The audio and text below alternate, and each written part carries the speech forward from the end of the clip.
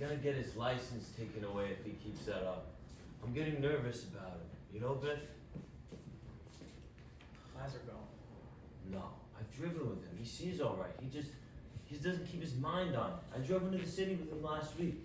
He stops at a green light, and then it turns red, and he goes. He's colorblind. Pop? Why, he's got the finest eye for color in the business. You know that. Honestly. You're not still sour on Dad, are you, Biff? It's alright, I guess. Yes, sir, 8,000 miles, 82,000.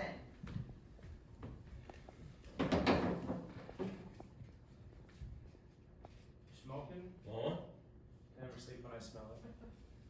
What a cyanizing job, huh? Funny, Biff, you know? Us sleeping in here again, the old beds, all the talk that went across those two beds, huh? Our whole lives. Yeah.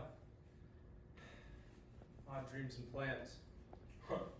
About 500 women would like to know what's said in this room. Remember that big Betsy something? Oh, that was her name. Over on Bushwick Avenue? With the collie bell. That's the one. I got you in there, remember? Yeah, that was my first time, I think. Boy. That was big.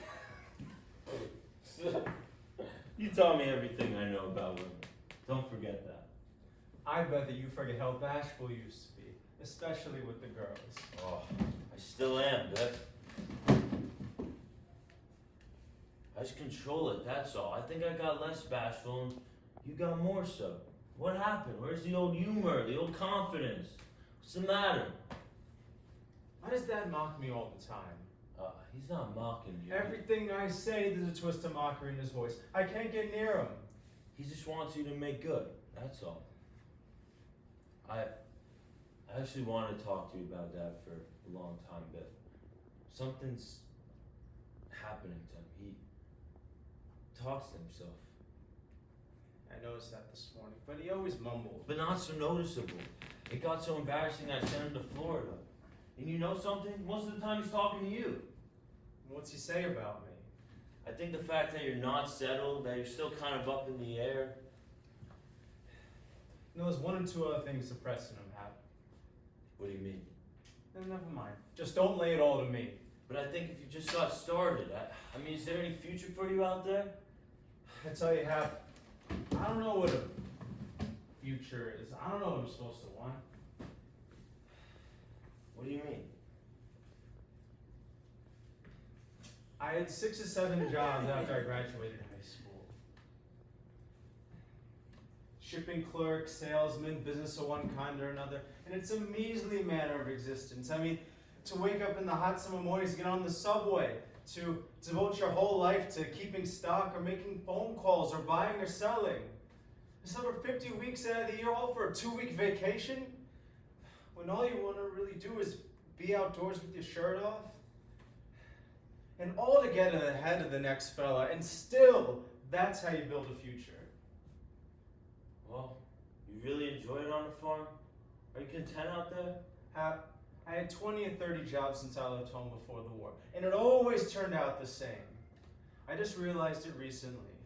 Back in Nebraska, when I was herding cattle, or the Dakotas or Arizona, and now in Texas. See, the farm I work on now, it's spring there, and they got 15 new colts. They're only more inspiring or beautiful instead of a new mare and a new colt. And it's cool there now. See, Texas is cool now, and it's spring. But whenever spring comes along, I suddenly get the feeling, my God, I'm not getting anywhere. I mean, what the hell am I doing playing around with horses $28 a week? I'm 34 years old, Hap. I'll be making my future. And that's when I realized it, and I come running home. And now I'm home, and I don't know what to do with myself. You're a poet. You know that, Biff? You're an idealist. No. I'm mixed up very bad. Maybe I ought to get stuck into something. Maybe I ought to get married. Maybe that's my problem. I'm like a boy. I'm not in business. I'm not married. I'm like a boy. Are you content, Hap? You're a success, right? Are you content? Hell no. Why? You're making money, aren't you? All I can do now is wait for the merchandise manager to die. And suppose I get to be merchandise manager, he's a good friend of mine. And he just built a terrific estate on Long Island. And he lived there about 2 months and sold it. And now he's building a new one. He can't enjoy it once it's finished. And I know that's just what I would do. Sometimes I don't know what I'm working for. I sit in my apartment all alone, and I think of the rent I'm paying, and it's crazy. But then, it's what I always wanted. My own apartment, a car, plenty of women. And still, god damn it, I'm lonely. Listen, why don't you come out west with me? You and I, huh? Sure. We could buy a farm, raise some cattle, use our muscles. Men built like we are should be working outdoors. The Loman brothers, huh? Sure, we've been on all over the counties. See, that's what I dream about, Biff. Sometimes I want to rip my shirt off in the middle of the store and outbox that goddamn merchandise manager. I mean, I can outbox, outrun, and outlift anybody in that store, and I still have to take orders from those common, petty sons of bitches till I can't stand it anymore. If you were out there with me, I'd be happy. See, Biff, everyone around me is so false that I'm constantly lowering my ideals. Baby, if we were out there together, we'd stand up for each other. We had someone to trust. If I were around you, Hap, the problem is they weren't brought up to grow for money. I don't know how to do it. neither can I. So let's go. The only thing is, what can you make out there? Oh, look at your friend, right? Builds an estate and hasn't the peace of mind to live in it. Yeah, but when he walks in, the waves part in front of him.